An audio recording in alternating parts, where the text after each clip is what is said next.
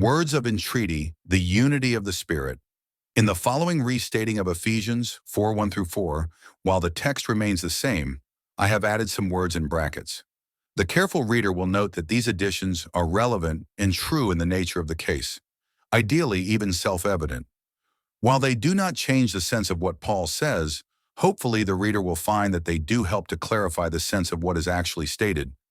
I am entreating you, then in consideration of all the foregoing in this epistle, I, the prisoner in the Lord, to walk worthily of the calling with which you were called.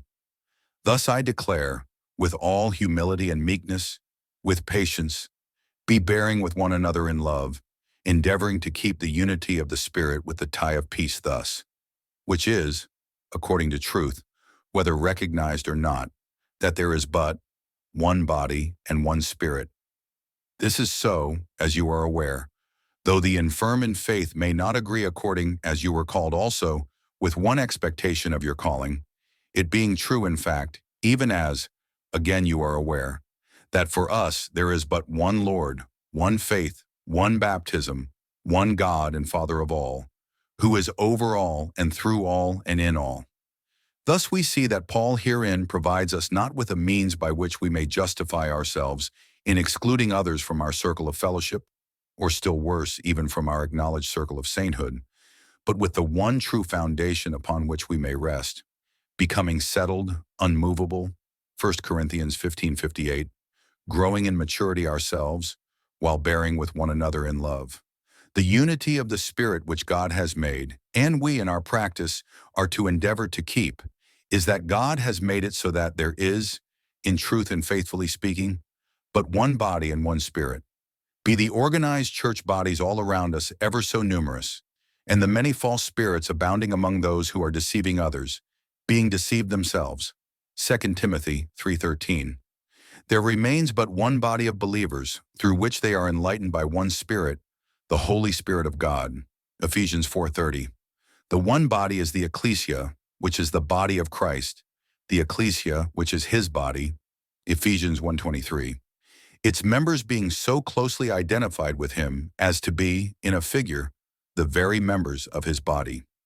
In 1 Corinthians 12:11-13, these two intimately related themes of the one body and the one Spirit are brought together in a single passage.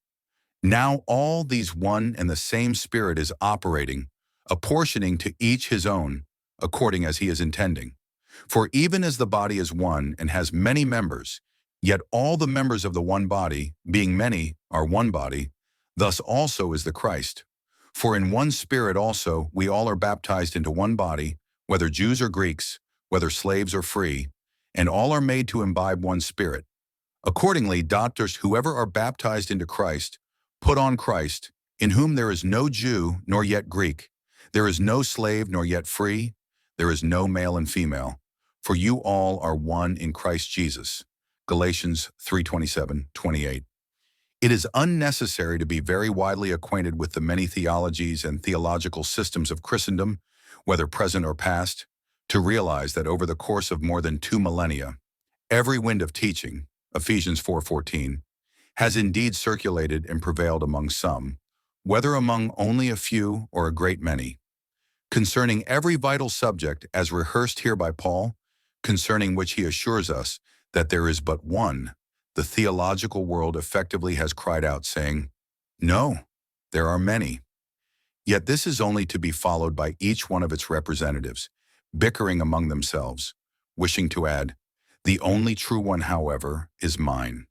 It is vital to note that here in Ephesians 4, Paul's by no means defines the parameters of truth, the truth concerning the one body, the one Spirit, the one expectation of our calling, the one Lord, the one faith, the one baptism, the one God and Father of all.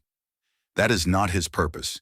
Instead, his purpose is to assure us that there is indeed but one of each, and that true one, in every case, may be discovered through an enlightened reading and study of the collective whole of his epistles, complemented, to be sure, by the rest of the sacred scriptures as well.